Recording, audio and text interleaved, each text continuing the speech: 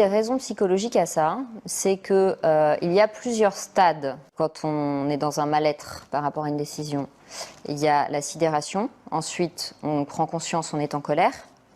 Et puis quand la colère se prolonge avec un sentiment d'impuissance, on est dans l'effondrement. C'est-à-dire qu'il y a des gens qui ont dépassé le niveau de la colère. Aujourd'hui, ils sont effondrés.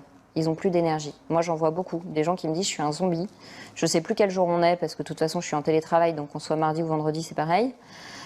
Donc ces gens sont effondrés.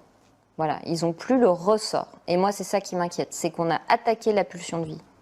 Il n'y a plus de ressort. Quand j'ai un patient qui est en colère, je me dis « il va bien, il est vivant. Il va mal, mais il va bien ». Quand j'ai un patient qui est effondré, qui n'a plus de ressort, je sais qu'il a basculé dans le désespoir. Donc il y a des Français aussi qui sont dans ça, qui sont vraiment dans le désespoir. Et j'ai des gens qui m'écrivent, qui me disent je viens d'avoir un enfant, mais qu'est-ce que je lui donne? Qu'est-ce que je lui montre? Comme courage, comme valeur, comme monde. Il n'a vu que des visages masqués depuis qu'il est né.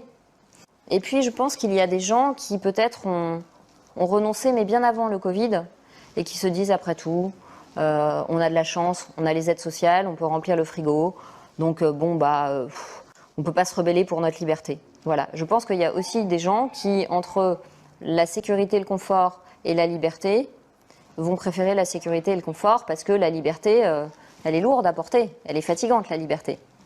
Et puis je pense qu'il y a des gens qui ont été très sincèrement contaminés par la peur, qui ont peur. Moi, j'entends des gens qui me disent « j'ai peur, c'est très grave le Covid ». Donc voilà, il y a de multiples raisons, l'étiologie est assez multiple selon les profils, mais finalement, il y a beaucoup de facteurs qui se surdéterminent pour que les gens ne se révoltent pas. Mais cette question est très intéressante parce que je suis la première à pas comprendre que les étudiants ne soient pas dans les facs en train de manifester pour la réouverture des facs. Donc, alors, l'une des raisons, elle est exactement ce que vous avez évoqué. Ils sont effondrés. En fait, alors, chez les jeunes, il y a une autre raison psychologique. C'est une génération d'hyper adaptés.